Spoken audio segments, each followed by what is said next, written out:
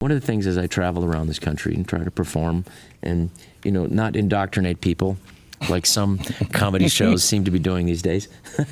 Not Saturday Night Live. Well, I mean, I hate to crap on my old show. But when I saw when Hillary Clinton lost, which is understandable that she would lose. Yes. Not exactly the most likable person in the room. Right. And then when Kate McKinnon went out there on Saturday Night Live from the cold opening, she started dressed as Hillary Clinton, and she starts playing Hallelujah, and I said, I literally prayed, please have a joke at the end. Don't do this. Please don't go down there.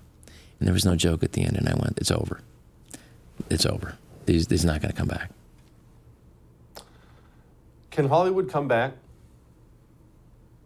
That's a really great question, Jesse. I think it would take either a cataclysmic event, something that we haven't seen before, like, something way beyond Me Too or anything like that, to change things.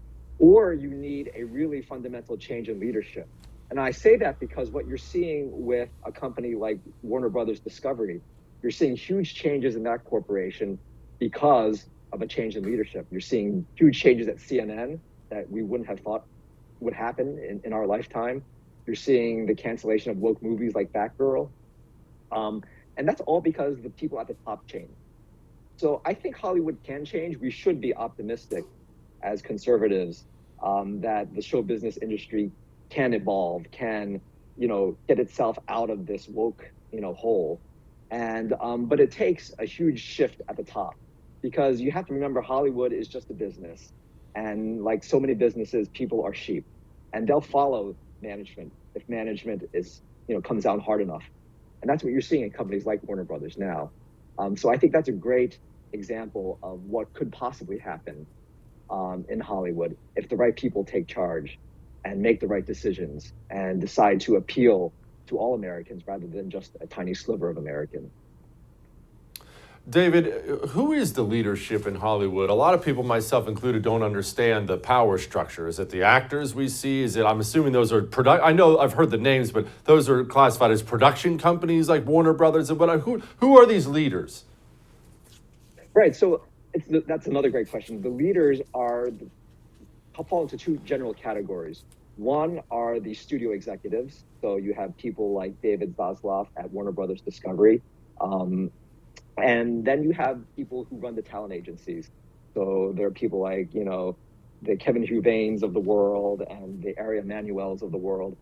They're kind of more invisible, but they are probably even more powerful because they don't just control the talent, which is to say the celebrities, the stars, the A-list celebrities like the Tom Cruises and, the Nicole Kidmans, but they also control production because talent agencies have become so powerful in Hollywood.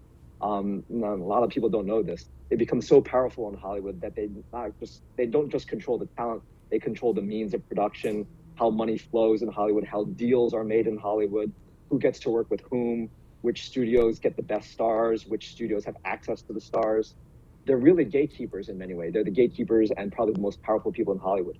So these people kind of control the political tenor because a lot of them are political donors. A lot of them are, huge Democratic donors. So if we see leadership at that level change, you're going to see major shifts in Hollywood. But making that change, that's the hard part, of course. We're seeing that at Warner Brothers. I would like to see that at other places, but these are powerful people who are entrenched and have massive political connections. So it's a challenge, but not undoable, as we're seeing with Warner Brothers. Don't miss Jesse Kelly Breaks History, The Forgotten Genocide, the first episode of a new series available now exclusively for First TV supporters. Visit the First TV app or thefirsttv.com to subscribe and start watching today.